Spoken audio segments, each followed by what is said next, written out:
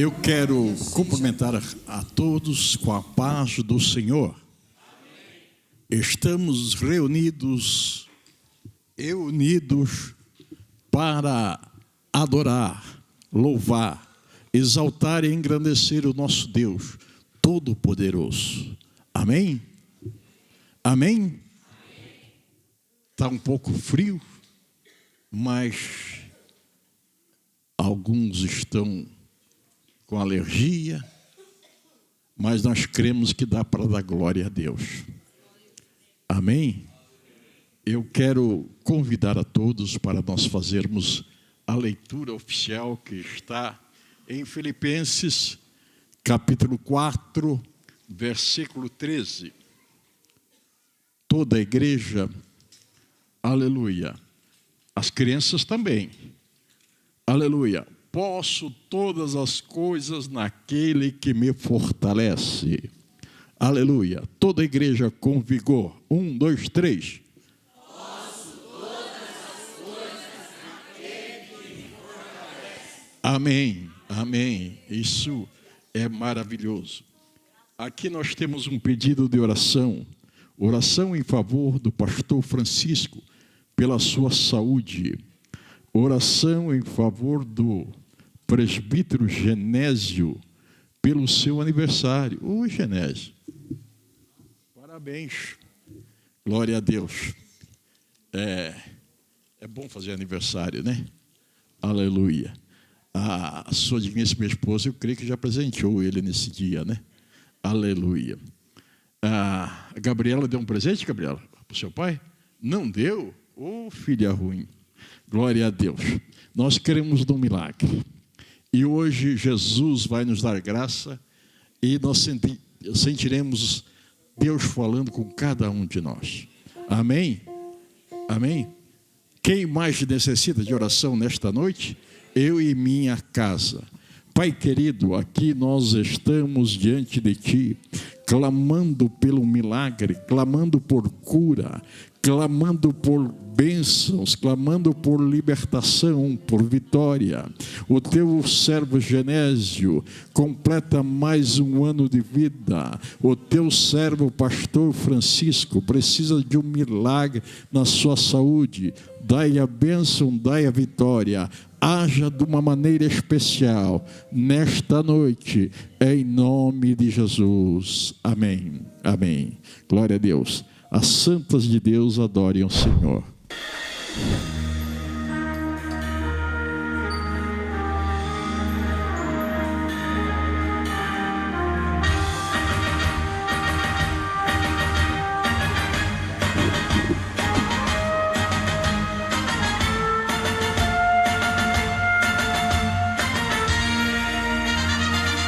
Como som de muitas águas, é a voz do Deus da igreja.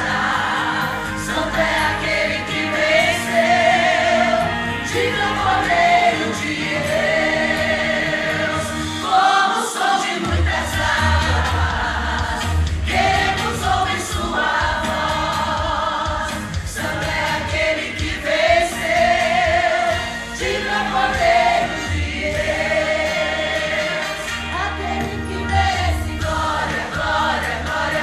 Aquele que merece honra, honra, honra.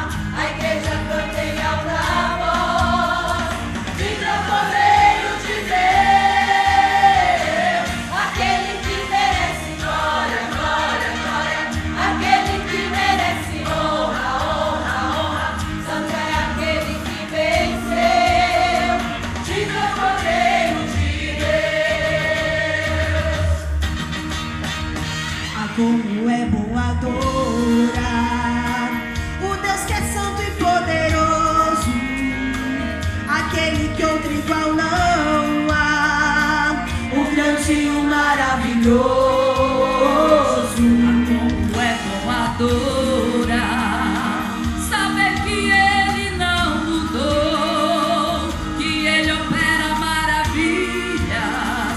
Louvado seja o Senhor. Ah, como é bom adorar ao Deus que pra sempre é eterno, seu nome é santo e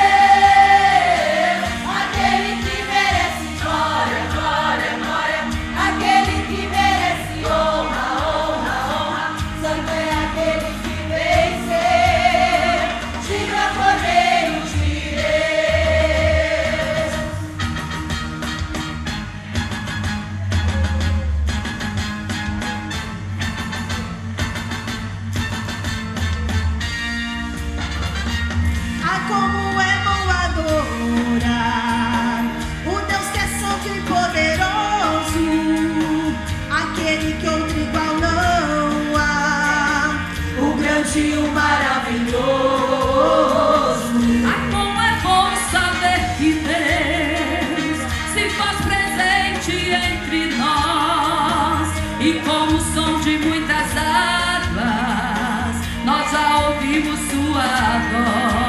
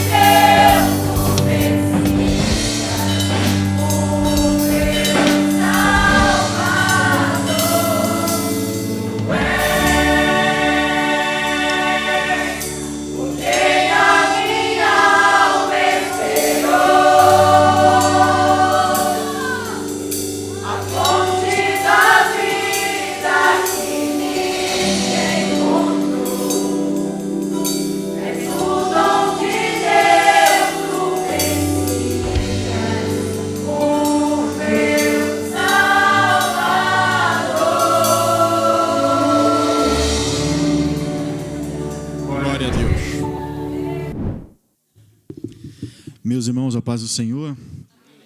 Aproveitar a Bíblia do pastor aqui, que eu esqueci a minha em casa hoje, irmãos. Até falei com a minha esposa assim, eu deixei minha Bíblia, quando eu cheguei aqui na igreja, eu falei assim, deixei a Bíblia em casa.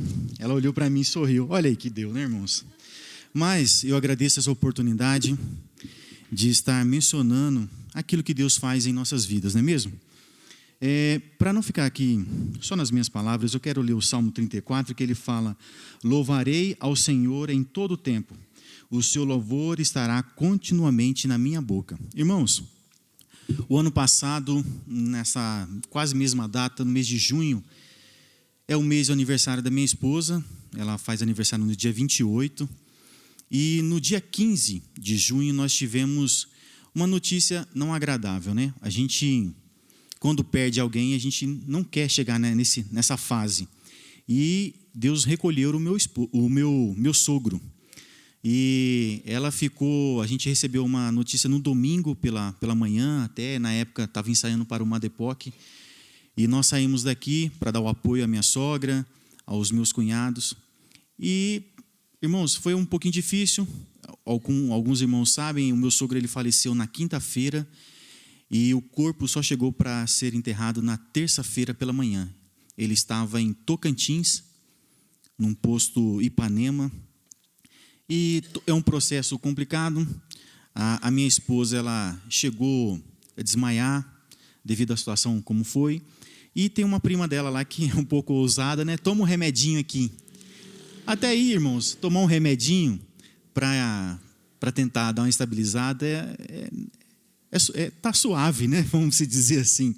Só que chegou no mês consequente a isso, a gente voltou para Poços e ela começou a passar muito mal. Irmãos, foi o período que eu mais tomei sopa na minha vida, porque, irmãos, eu cozinhava, a gente tem uma panela elétrica, eu acho que é comum os irmãos terem isso em casa também, e eu fazia, irmãos, ela cheia, porque era a única coisa que a Thalita estava comendo. E não, sem miojo, só legumes, ali um pouquinho de sal para não ficar aquele negócio aguado.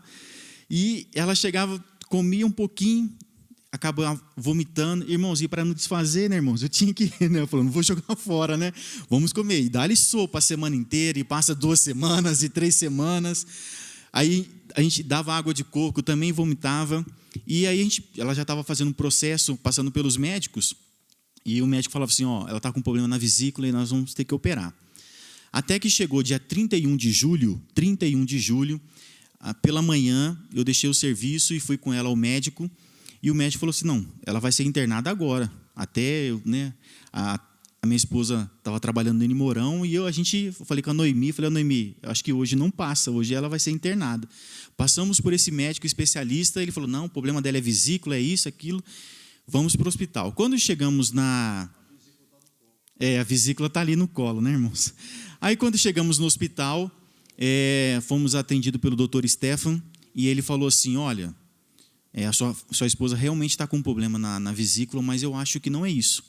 Vocês já fizeram um teste de gravidez? Eu falei, doutor, a gente já fez 3, e os 3 deu negativo. Ele falou assim, e se eu fizer a cirurgia na sua esposa, e ao abrir ela ali para fazer a cirurgia, encontrar o que eu estou pensando, o que você vai fazer comigo? Eu falei, doutor, a responsabilidade é sua. Aí ele falou assim, então vamos fazer um exame de teste? Vamos. E aí, irmãos, ele deu esse sinal, vamos fazer. Acho que era 2h30, 2h40, estava beirando as 3 horas da tarde. Ele já chegou a gente no corredor esperando, falou, eu não falei. Aí eu olhei para a Thalita e falei assim, eita. Aí quando a gente entrou dentro do consultório, ele mostrou o exame e a Thalita estava grávida. E aí, assim, foi um misto, né? A gente estava vindo de um luto, aí chegou o neném e foi uma alegria imensa para nós. Eu estava pulando de alegria, a Thalita chorando. Então, assim, foi aquela situação bem diferente uma da outra. E aí 31, a gente não precisou fazer a cirurgia. Hoje a medicina ela está bem assim, os detalhes, né, irmãos? Então, assim, tem coisa que é gordura no fígado, que é nível 1, mas não é aquela coisa preocupante. Então, mesmo assim, ela continuou fazendo os tratamentos, e aí veio, assim, a gestação já estava com 9 semanas, para os irmãos terem ideia. E a gente brincava, a gente no quarto, eu e ela, falando assim, será que tem alguma coisinha aí e tal? E ela falando, não, mas não é agora. E aí juntou, irmãos, por quê? No meu trabalho, a gente tem um interstício de promoções. E ela falava assim, eu só vou engravidar quando você for promovido. Aí, irmãos, eu falei assim, tá profetizando, né? E a minha promoção era no dia 12 de agosto do ano passado, e a gente descobriu 31 de julho, né? Então, deu certinho, irmãos. Aquilo que a gente fala, né? Se for com o coração aberto e com a vontade de Deus, acontece. Então, a gente tem que tomar muito cuidado com o que a gente fala. Graças a Deus é uma bênção, né? É uma herança que o Senhor nos deu. E esse período da gestação, a gente também teve algumas situações, teve algum cuidado, muito cuidado com ela. E chegou o nascimento. Ele nasceu em fevereiro, agora deste ano. E, irmãos, o trabalho de parto ocorreu normalmente.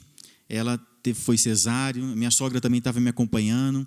E devido à situação do que ela passou, ela não teve o leite materno, teve apenas o colosso, e isso deixou um pouquinho ela angustiada, né? Porque acho que todo sonho de mãe é amamentar, né? E ela não teve, a gente conversou com alguns especialistas, falou assim, foi a situação, a perda do pai, isso vem acarretando, então é um jogo de emoções muito grande. Então, até o corpo poder desfazer de tudo isso, foi um processo bem doloroso para ela, mas um misto de emoção por ter um filho nos braços. Mas, graças a Deus, deu tudo certo. A gente passando por um pediatra aqui da cidade, irmãos, aí eu até comentei isso com o pastor, né? Na verdade, que foi com a irmã Bill. Falou assim, vai naquele que ele é o melhor. E a gente foi, irmãos, graças a Deus, a gente procurou um dos melhores daqui da cidade. E aquele negócio, aquela fila, né, irmãos? Quase 2 horas para ser atendido.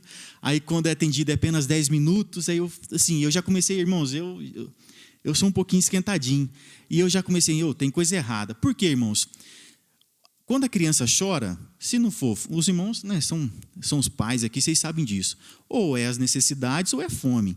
E a gente estava tendo um processo que ele estava tendo muito refluxo. E o doutor simplesmente falava, não é nada, isso aí é assim mesmo, papai, pode ficar tranquilo. E aquela pulga na orelha, Thalita, vamos trocar. Conseguimos outro.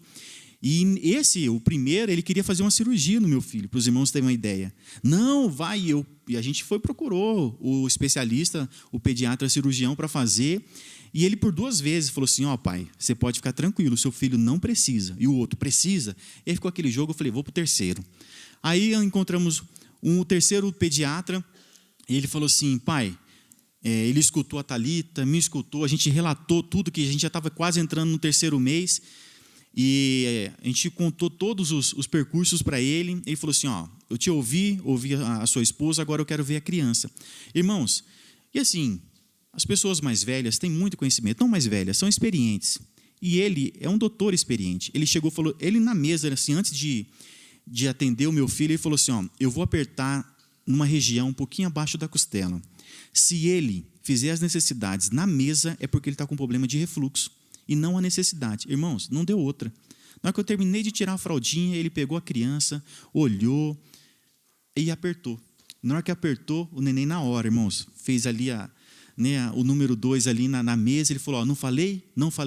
E de lá para cá, irmãos, meu filho está uma bênção, sabe?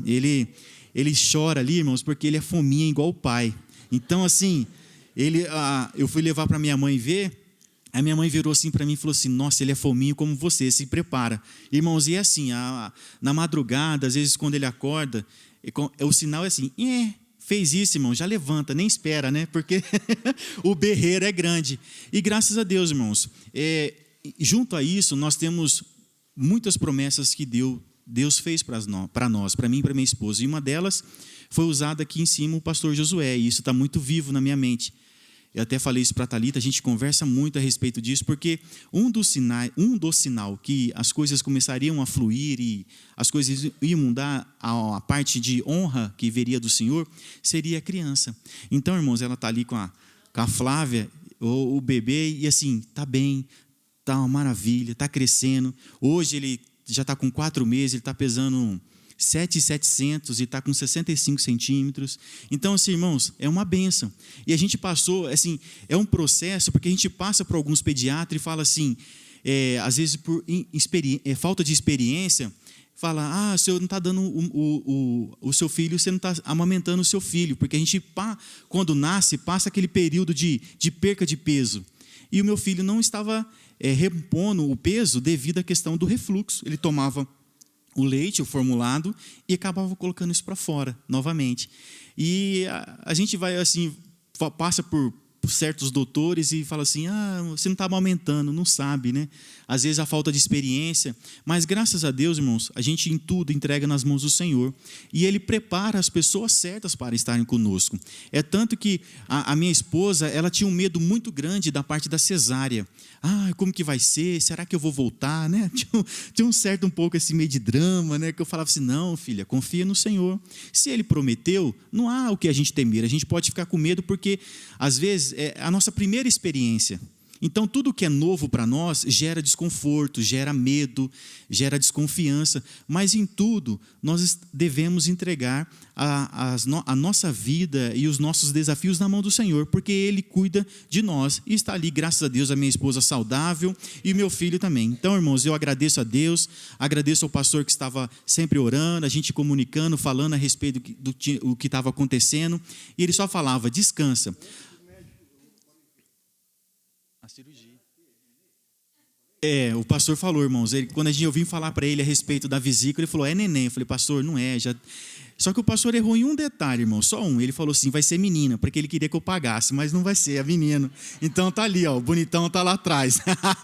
Irmãos, Deus abençoe, muito obrigado pelas orações, e somos carentes, viu, irmãos?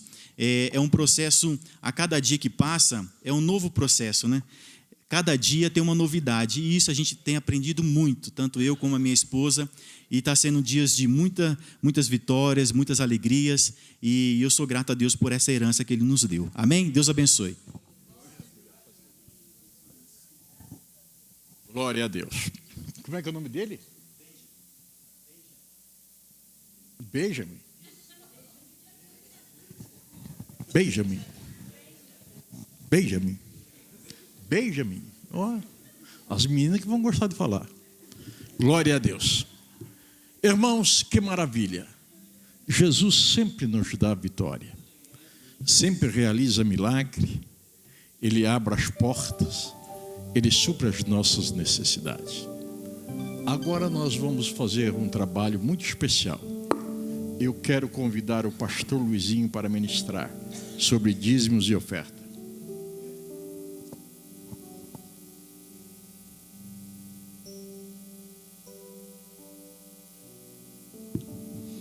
Saúde os irmãos com a paz do Senhor, amém? Nós louvamos a Deus por essa oportunidade tão gloriosa de estarmos na casa do Senhor para louvar e bendizer o nome de Jesus. Eu gostaria de ler aqui em 2 Coríntios, capítulo de número 9. É uma passagem bastante conhecida, né? E é necessário mesmo nós conhecermos a igreja, né? Conhecer a palavra de Deus. E esse texto é conhecido da igreja, que a gente ouve, irmãos, pessoas às vezes criticando, né? A igreja, criticando a obra de Deus, e muitos dizem assim: porque fala de dinheiro. Mas, irmãos, sem dinheiro, né?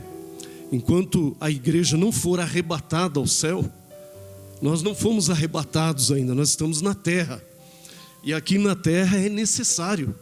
Enquanto estivermos aqui, precisa dos recursos financeiros, né? Nós estamos aqui nesse prédio lindo, né? Um templo bonito, confortavelmente sentados, enfim, uma estrutura, um espaço físico preparado, muito cômodo, né? Então, precisou de dinheiro. Jesus, no seu ministério terreno, ele precisou de dinheiro. Ele precisou de dinheiro. E o que é glorioso, que quando, por alguma circunstância, às vezes, porque alguém não, por falta nossa mesmo, irmãos. Certa vez, Jesus multiplicou lá os pães e os peixes, mas os discípulos disseram: olha, Senhor, o dinheiro que nós temos aqui, porque tinha o tesoureiro, tinha o guardador de oferta, que era Judas, né?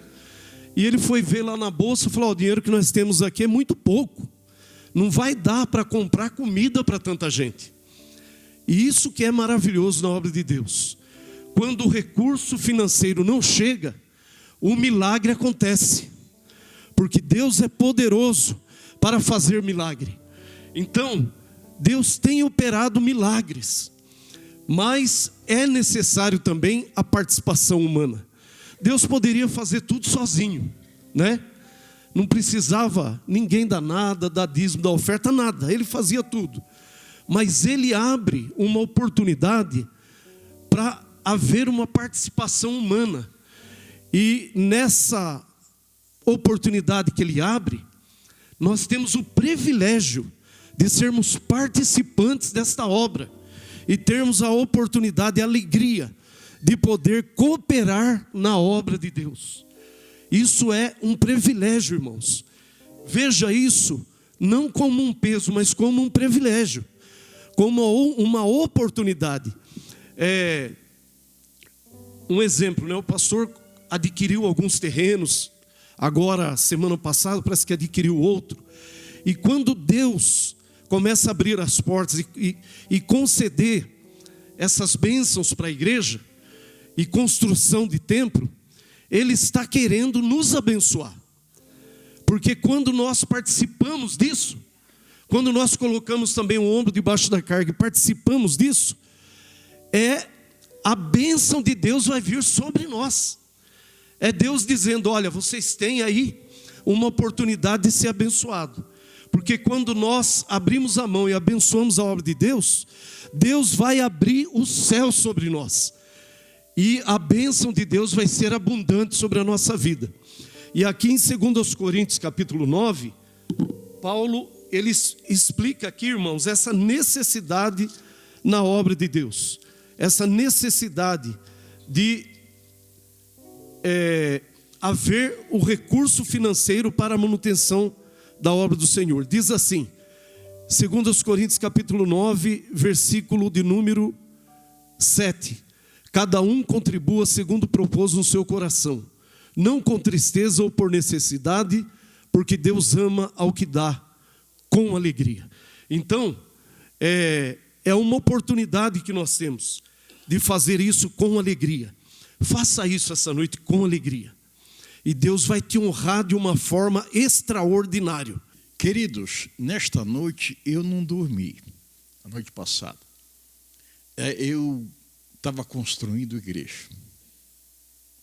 A noite toda construindo igreja. Eu construía 6 templos no próximo ano. 6 templos. Para a honra e para a glória de Deus. Mas engraçado, um templo era numa região muito carente. E era uma região só de negros. E esses negros, eles traziam as ofertas em ouro. Em ouro. E Deus nos dava graça. E construía um grande templo naquela região. Mas trazia saquinhos de ouro para nós construirmos o templo do Senhor. Irmãos, eu preciso de muita oração. O meu sonho é construir as 6 igrejas. Mas eu estava tão cansado que eu levantei de manhã cansado. Sabe o que é levantar cansado? Eu levantei cansado que passei a noite toda construído. A noite toda construído. E eu ficava naquele meio termo, não dormia e não ficava acordado. Era engraçado. Não dormia, não ficava acordado. E Deus me dando graça de construir e amém. Depois eu estive meditando, nós temos lá na região Terra das Posses, é um lugar muito necessitado. E nós vamos construir um templo lá agora. Nós estamos pagando o templo da missão e eu vou construir lá. E quem sabe seja lá que vai vir ouro, né? Para Deus nada é impossível. Muito obrigado. Pode orar, pastor. Glória a Deus. Irmãos, por gentileza, vamos nos colocar em pé, vamos fazer uma oração.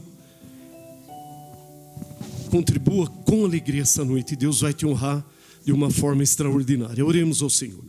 Querido Deus, Pai de nosso Senhor e Salvador Jesus Cristo, nós te louvamos, nós te glorificamos, ó Pai, por tudo quanto o Senhor tem bondosamente nos concedido. Abençoa esta noite cada dizimista, cada ofertante. Envia, Senhor, o recurso necessário para a manutenção da tua casa, para o bom andamento da tua obra. Tu conheces a necessidade, Senhor, da obra, e o Senhor é poderoso para suprir cada necessidade, ó Pai. Venha abençoar a tua igreja de uma forma extraordinária. É o que nós pedimos e agradecemos em nome de Jesus. Amém. Presbítero Genésio, louva o Senhor.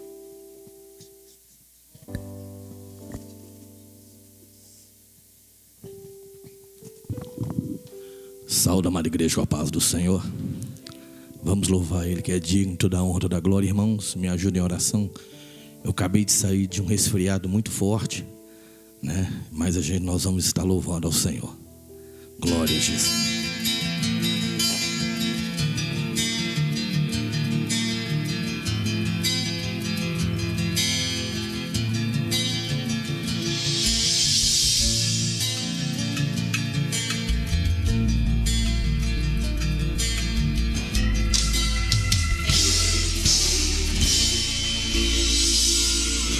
Andando sozinho no campo, cuidando de ovelhas, debaixo de um sol escaldante, mas sem reclamar. Seu cabelo era ruivo e queimado, sua pele vermelha. Não tinha brinquedo, vivia sempre a trabalhar. Não era guerreiro, mas tinha o dom de vencer. Matou um leão e um urso, Deus quem deu poder. Aquele garoto franzino que pouca gente conhecia, era a arma que Deus preparava para matar Golias. Pega o azeite, profeta, e vai aonde eu ordenar. Convide Jessé e seus filhos para santificar, aleluia. Deus disse, espera, profeta, falta alguém, chega. Dessa casa escolhi o menor, pode ungir que eu vou usar, aleluia. Então eu saio correndo a buscar o garoto que estava esquecido no campo, sempre a trabalhar. Seus irmãos assustados ficaram olhando pro outro. Ninguém assentava à mesa sem o menor chegar. Davi foi chegando e ficando de joelhos no chão. No meio dos seus invejosos recebeu unção. Quem era humilhado subiu, quem era testado desceu. Pra ser vaso, profeta ou guerreiro, quem escolhe é Deus, aleluia. Pega o azeite, profeta, e vai aonde eu ordenar. Convide Jessé e seus filhos pra santificar. Deus disse, espera, profeta, falta alguém, chega. Dessa casa escolhi o menor, pode ungir que eu vou usar. Meu irmão, te prepare para Deus te usar. Tem gigante, tem urso pra você matar. Você diz eu não posso, ele diz estou contigo para guerrear. Deus não busca quem sabe, ele quer ensinar. Busca incapacitado pra capacitar. Deus ainda procura guerreiros na terra. Deixa Deus te usar. Deixa Deus te usar.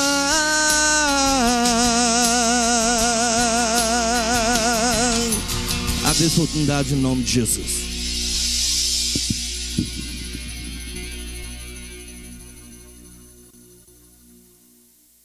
Meus queridos, nós vamos ouvir a mensagem da palavra de Deus pelo presbítero Diego.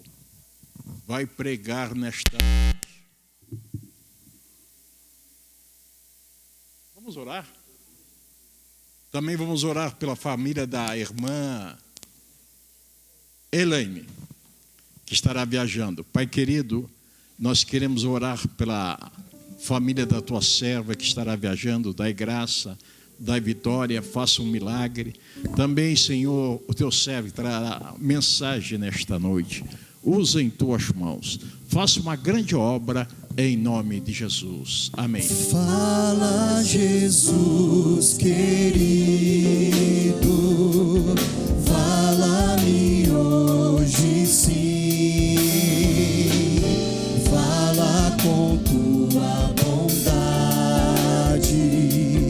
fica ao pé de mim, meu coração aberto está pra tua voz ouvir, enche-me de louvores e gozo pra te servir. Fala-me suavemente, fala com muito amor, vencedor para sempre, livre te hei de pôr.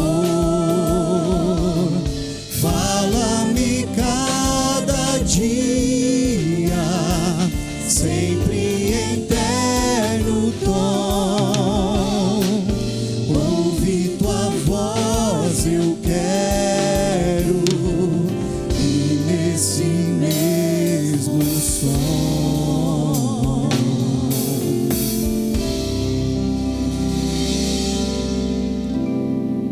Cumprimento a igreja com a paz do Senhor.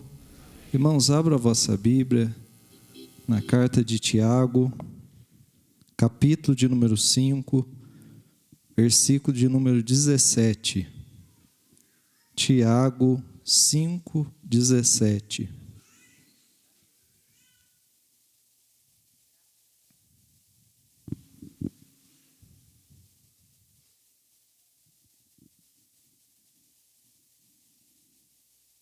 Diz assim a palavra do Senhor. Elias era homem sujeito às mesmas paixões que nós, e orando, pediu que não chovesse, e por 3 anos e 6 meses não choveu sobre a terra. E orou outra vez, e o céu deu a chuva, e a terra produziu o seu fruto. Elias era homem sujeito às mesmas paixões que nós, e orando, repita comigo, e orando, glória a Deus. Tome assento, adorando ao Senhor. A mensagem que eu quero ministrar essa noite, vou colocar um título nela. Vou falar sobre 2 segredos de superar, ou seja, superação. O que é superação? Superação é dar a volta por cima. Já os irmãos vão entender este tema. E do primeiro segredo para superar na vida é a oração. Vamos entrar aqui um pouco na história de Elias. Se a igreja quiser abrir a sua Bíblia, acompanhar comigo, aqui em 1 Reis, capítulo de número 17, quando Elias encontra com Acabe. Aqui nesse momento do início do ministério de Elias, nesses 3 anos e 6 meses, nós vamos ver 2 fases na vida de Elias. A primeira fase é a fase da motivação, ou seja, essa fase que Elias vai estar motivado. A segunda fase vai ser a fase da frustração. É nesse momento que Elias vai superar esta fase. Mas para nós entrarmos nessa fase de superação na vida de Elias, eu analisando aqui esses 3 anos e 6 meses de Elias, eu encontrei 4 grandes milagres. E nestes 4 grandes milagres de Elias, todos eles foram de uma mesma forma. Elias, ele vai orar antes de receber o milagre. E esses 4 milagres de Elias, Elias vai crer primeiro. E ele já vai ir com a resposta de Deus. Antes de Deus responder, ele já vai determinar aquilo que Deus iria responder. Então ele crê na resposta, e não somente crê na oração que ele faz, mas ele também crê na resposta. Por quê? Se nós formos observar, quando ele chega diante de Acabe, ele vai dizer: então Elias, o tibista do morador de Gileade, disse a Acabe: vive o Senhor Deus de Israel. Ou seja, ele está dizendo: o Deus que vocês estão servindo em Israel e colocou como Deus Baal, não é o Deus verdadeiro. Quem é o Deus de Israel, cuja face eu estou, não é Baal. Perante cuja face estou, que nesses anos nem orvalho e nem chuva haverá, senão segundo a minha palavra. Só que o interessante é que ele vai até Acabe já determinando: não haverá chuva. Só que antes dele chegar a Acabe, antes dele falar essas palavras a Acabe, ele vai falar a Deus primeiro. A Bíblia diz que ele pediu. Elias era um homem sujeito às mesmas paixões que nós. E orando pediu que não chovesse. Não foi Deus que pegou, falou para Elias: Elias, vai lá e fala para Acabe que não vai ter chuva. Não. Elias viu a situação e disse assim: Deus, eu lhe peço, cerre o céu, Senhor, sobre este povo, que não haja chuva, Senhor. Ele se levanta da oração e chega diante de Acabe. E diante de Acabe ele já determina: não haverá chuva. Ora, irmão, ainda estava chovendo, o orvalho caía toda noite, mas ele acreditou na resposta da oração. Segundo milagre, a ressurreição do menino da viúva de Serepta. A Bíblia diz que o menino morre, ela chega e diz: aqui, ó, o menino está morto. A Bíblia diz que ele não lamenta, ele não manda fazer um velório, ele simplesmente diz: dá aqui para mim, dá o menino morto. Antes dele orar, ele já acreditava que Deus iria fazer um milagre, porque senão ele não ia pedir o menino. Ao pedir o menino, ele está colocando no coração daquela mulher: vai acontecer algo. Ao pedir o menino, ele está colocando no coração daquela mulher esperança. Agora imagina se ele pede o menino para si, não acontece nada, ele ia devolver o menino morto. Não, ele pediu com autoridade: me dá o menino aqui. Eu não orei ainda, mas eu creio no Deus que eu sirvo, Ele dará a resposta. E a Bíblia diz que ele ora a Deus, e então se mediu sobre o menino 3 vezes. Ele clamou e clamou ao Senhor por 3 vezes. Aí a palavra de Deus diz: o Senhor, ó Senhor meu Deus, te rogo, torne-te a entrar a alma deste menino nele. E o Senhor ouviu a voz de Elias, e a Bíblia diz que ele entrega o menino vivo, que ele recebeu morto, ele entrega o menino vivo. O terceiro milagre, eu falo de 4 milagres, o terceiro, ele chama os 450 profetas de Baal e diz para Acabe: olha, vai, qual o Deus que enviar fogo do céu, esse é o Deus de Israel. A Bíblia diz que eles ficam o dia inteiro se batendo em fogo, não desce. Aí chegou a hora de Elias, mas observe isso aqui, irmãos, antes dele orar, ele já cria que Deus ia enviar fogo do céu, porque a Bíblia diz que agora chegou a minha vez, então vou orar.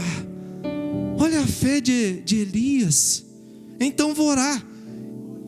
Ó Senhor Deus de Abraão, Isaque e de Israel, manifesta-te Tu és Deus sobre Israel. Responde com fogo. E então caiu fogo do céu. Quarto milagre, antes dele orar, ele já cria na resposta da oração, mesmo antes de orar.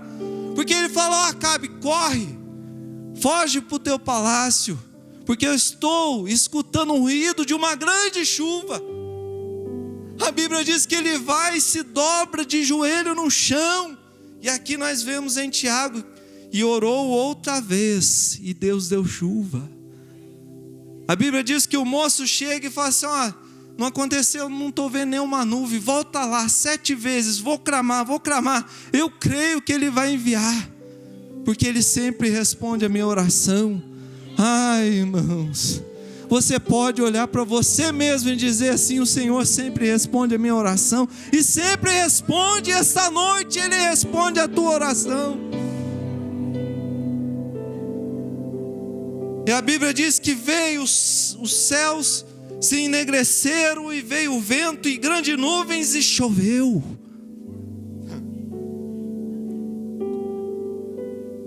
Mas aí chega o dia mau. Eclesiastes vai dizer assim: no dia da prosperidade goza do bem, aceita. É lógico que nós vamos aceitar, ué. Dia da prosperidade, da alegria, da bênção, lógico, é fácil. Mas e no dia da adversidade? Considera.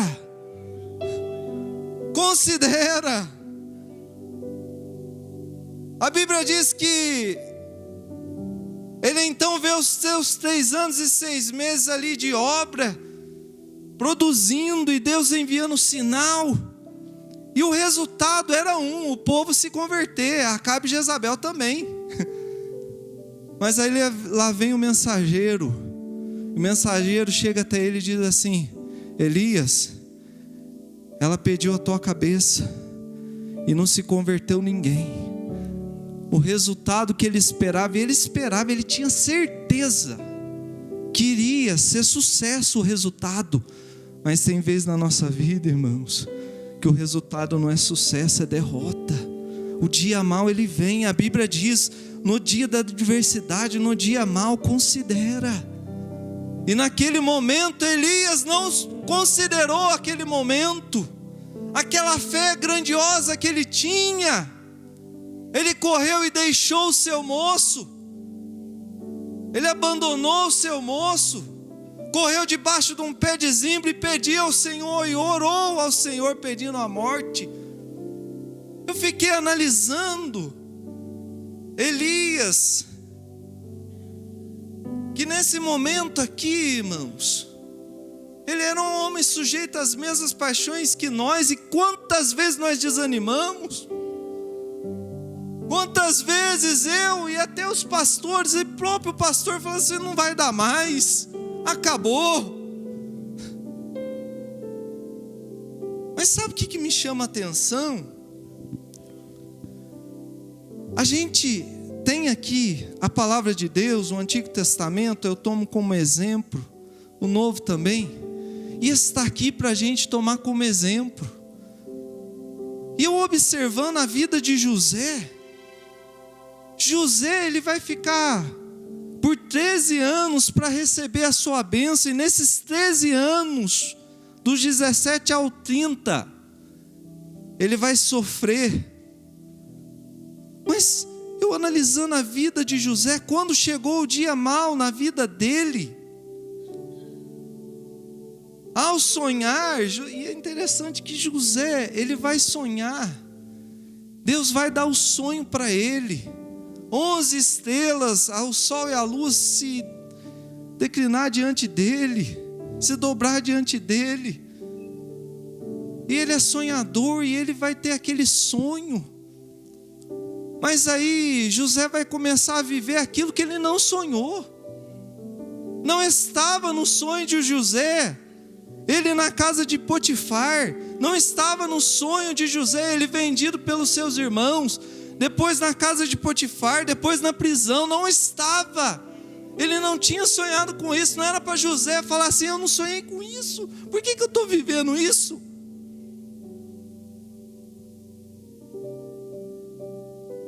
Mas analisando aqui em todos os lugares que José vai passar, José vai fazer a mesma coisa. José vai ter a mesma sensibilidade. José vai ter a mesma comunhão com Deus de sempre. É interessante isso aqui, porque na casa de Potifar, naquele momento, talvez muitos caíram por isso aqui. Poderia dizer assim: olha, ela está vindo para cima de mim, eu estou longe, não sonhei com isso, Deus me abandonou, vou cair. Mas a resposta dele é linda. Ele vai olhar para ela e vai dizer assim: ninguém é maior do que eu nesta casa, e nenhuma coisa me vendeu senão a ti, me vedou senão a ti, porquanto tu és sua mulher.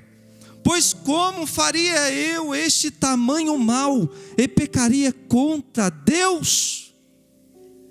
Isso aqui demonstra, irmãos, que José perdeu tudo. José estava no dia mau, e o dia mau dele durou 13 anos. Mas mesmo aqui ele disse: eu posso perder a casa do meu pai, eu posso perder a túnica que o meu pai me deu, mas uma coisa eu não perco, é a comunhão com ele, é a comunhão com ele. Eu estou, o que ele está querendo dizer para ela? Eu estou longe, eu perdi tudo, mas eu ainda tenho comunhão com o Pai, eu ainda tenho comunhão com Ele. Olha aqui que interessante. Ele então vai para a prisão por causa disso. Aí eu fico imaginando, se José fracassasse aqui nesse momento, talvez ele dizia assim: mas toda vez que eu falo de Deus, algo ruim me acontece. Eu botei Deus na frente, agora eu vou para a prisão. Mas chega lá na prisão, oh glória, olha a palavra dele. 2 sonharam, 2 que estavam presos ali, que trabalhavam no palácio de Faraó, sonharam. E ele vai dizer assim: e eles disseram: temos sonhado um sonho, e ninguém há que interprete. E José disse: não, são de Deus as interpretações. Contai-me. O que ele está querendo dizer? O que ele quis dizer aqui? É de Deus, e eu estou ligado com Ele. Pode contar, porque como eu estou ligado com Ele, vai ter resposta. Meu Deus, 2 anos esquecido ali na prisão. Mas falei de Deus, agora fiquei esquecido. Aí chegou o grande dia, que lembraram dele. Ele vai de frente de Faraó. Ali naquele momento, quando ele chega de frente de Faraó, Faraó fala assim: olha, eu sei que você interpreta sonho, José, interpreta o meu sonho. Contou o sonho para José. E naquele momento ele sofria um grande risco de vida. Ao pronunciar publicamente, confessando Deus, ele estava arriscando a sua vida, porque o próprio Faraó achava que ele era Deus. Ele se colocava no lugar de Deus, mas José não. Ele vai dizer assim: respondeu José a Faraó: isso não está em mim.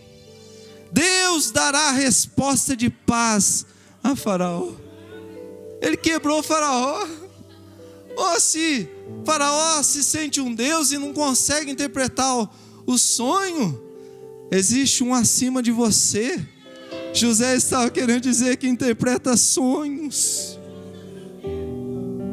Sabe o que eu aprendo aqui com José? Depois José vai falar para os irmãos estão tremendo de medo quando ele diz ali quem ele é. Aí diz: não precisa ficar com medo não, porque foi Deus que foi me guiando. Eu senti a mão dele, porque eu estava em comunhão com ele. Podia estar no dia mal, podia estar na casa de Potifar, podia estar na prisão, mas eu senti a mão dele. Sabe o que eu aprendo aqui com José? Que o processo que a gente passa nessa terra não define aquilo que Deus quer, não define a promessa, não define.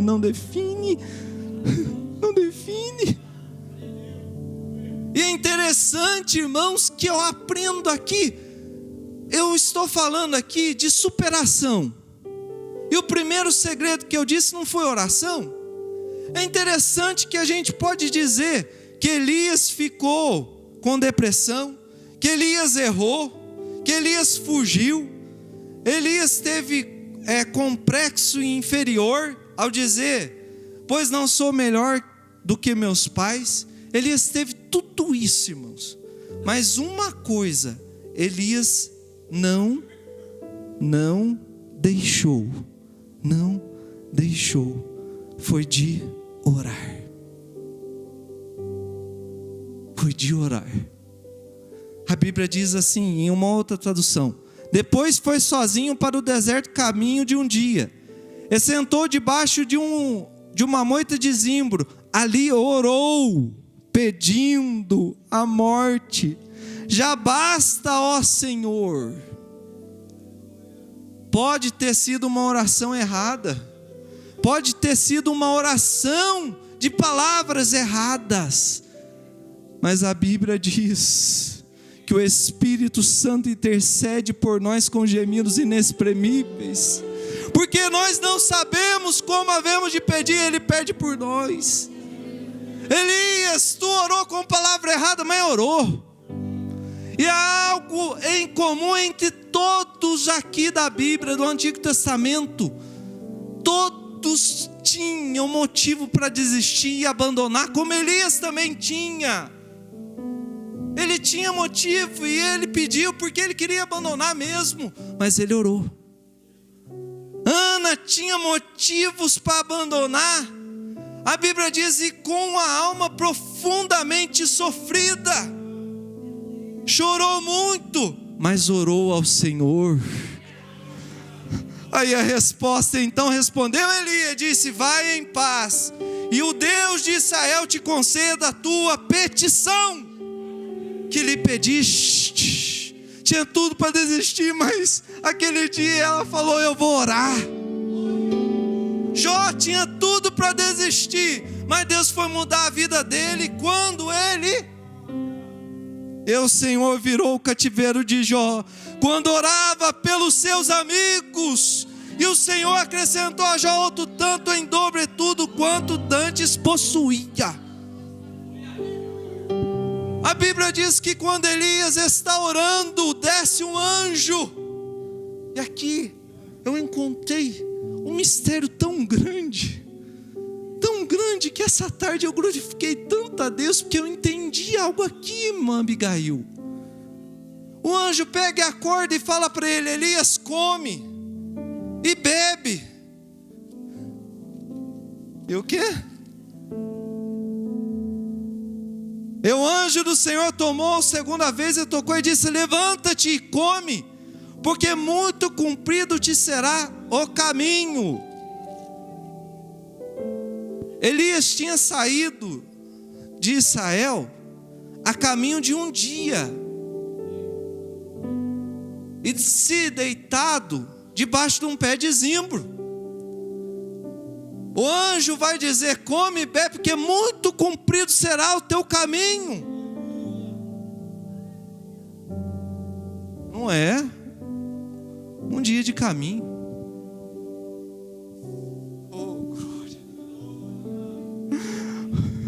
O anjo sabia que tinha só um lugar na terra ao qual Elias ia ir, chamado Monte Sinai. Naquele monte Horebe, é o mesmo monte aonde Deus revelou a Moisés a lei, conhecido como Monte das Revelações. Tanto é que quando ele chega, ele caminha 40 dias e 40 noites e chega com a força daquele pão. Quando ele chega ali, Deus vai dizer para Elias: Elias, o que fazes aí? Não. Deus vai dizer: Elias, o que fazes aqui?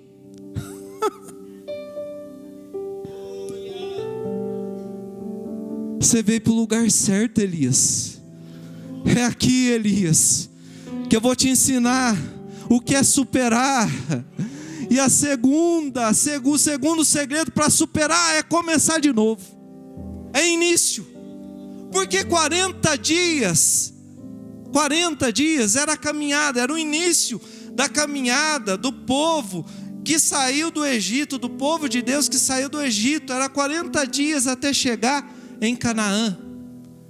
No início da caminhada, eles pararam no Monte Sinai para receber a revelação de Deus. Então, o que está querendo dizer aqui? Que esses 40 dias que Elias vai caminhar, é uma alusão ao início da jornada. Ao início da jornada. Ao início da jornada. Tanto é que vai ser um início, vai ser um novo começo, um recomeço para Elias. Porque a Bíblia diz que o Senhor disse a ele: Elias, vai e volta pelo caminho para o deserto de Damasco. Tem uma missão para ti. Vai até o rei da Síria, vai até Azael, e unge ele sobre rei da Síria. Também a Jeú, filho de Nissim, ungirá rei de Israel, e também Eliseu, profeta em teu lugar. Reinício. Depois daqui, ele não pediu a morte, mas depois daqui ele trabalhou muito mais ainda, irmãos. Ele teve muito mais obra, porque ele nunca tinha ungido um rei, nunca tinha feito nada. A obra dele aumentou. Recomeço. E o Senhor falou muito forte ao meu coração sobre recomeço. Voltar ao Monte Sião, irmãos, é voltar ao recomeço. É onde Deus manifestou a glória dele a Moisés. É onde que Moisés olhou para o povo não conseguia olhar para Moisés, ele teve que tapar o rosto, porque ele teve um impacto tão grande com a glória de Deus. E Deus vem falando no meu coração, e eu trago uma mensagem aqui para a igreja agora, de Deus, porque aqui, irmão, deste púlpito aqui flui a água viva. A água viva é a palavra que alimenta, é a palavra que transforma. E eu sinto que aqui deste púlpito está fluindo água viva essa noite. Quem aqui quer beber essa água? E Deus tem falado tão profundamente comigo sobre recomeço, que eu fui lá em Apocalipse, na igreja do amor, Efésios, a igreja que o próprio discípulo do amor dirigiu. Para esta igreja, Jesus vai dizer: tenho, porém, contra ti que deixares o teu primeiro amor. Lembra-te, pois, de onde caíste, e arrepende-te e pratica as primeiras obras. O que Deus está querendo dizer para a igreja do amor? Primeiro, vocês perderam o amor, vocês deixaram o amor. Agora busca aí na tua mente, de onde caístes. Esses dias eu vi uma interpretação errada desse versículo, a pessoa usando e dizendo assim: você lembra quando você estava no mundo? Quando você era morto? Usando essa palavra. Não, essa palavra era para quem estava na igreja, para quem quem estava morto e já estava vivo, mas agora caiu de novo, desceu da graça. Ele estava dizendo para quem um dia experimentou o amor de Deus e praticava as boas obras e largou mão e deixou, como Elias. Mas lembra-te de onde caístes. E por que caiu? Por que deixou? Por causa de uma frustração? Elias deixou o moço. Elias vai cair ali debaixo daquele pé de zimbro por causa de uma frustração. Mas graças a Deus que você está na igreja, e Jesus está dizendo para a igreja que Ele ama, mas Ele está dizendo assim: sabe por que eu estou cobrando o amor? Sabe por quê? Que eu quero que vocês lembrem? Sabe por que eu quero que vocês lembrem do primeiro amor? Porque eu estou com saudade de sentir aquele tempo, de sentir aquele amor, que não tinha Acabe na frente, que não tinha profeta do diabo na frente, que se... Deus. Lembra aí, irmão, lembra, irmã, quando você parou de falar em línguas estranhas. Lembra aí, irmão, quando você parou e disse assim: não vou fazer mais. Canta lá, Massuriana, lá, malá. Sabe, irmã, eu estava pensando na palavra que a senhora deu hoje na escola dominical, da irmã Regina.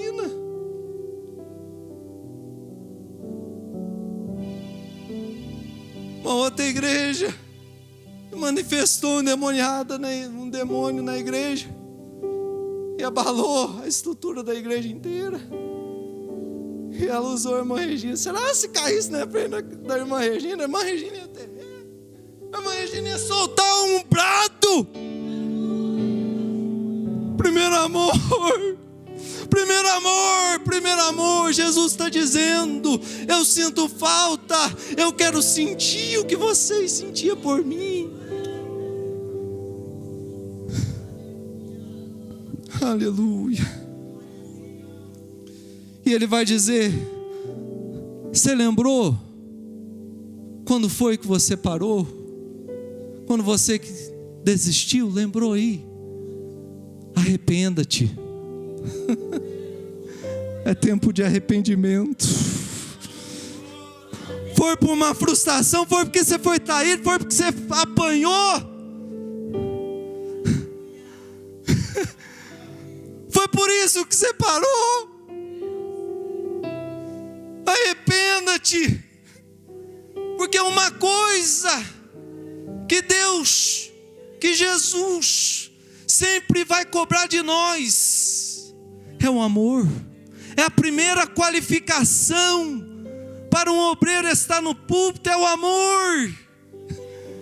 Jesus disse: Pedro, tu me amas, então apacenta as ovelhas. Eu cobro o amor, eu cobro o amor.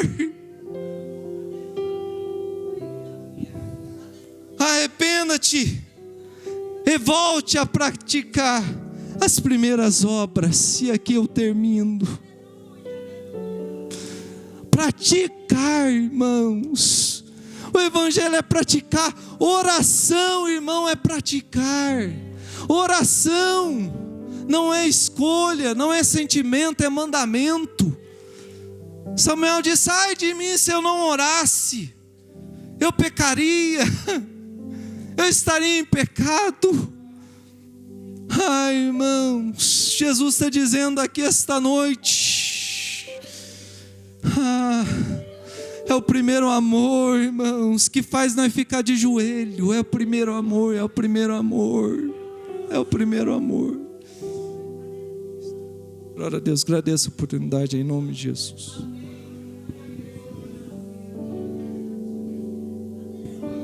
Boa esta mensagem. É hora de recomeçar. É hora de viver o primeiro amor. É hora de recomeçar. É hora de viver o primeiro amor.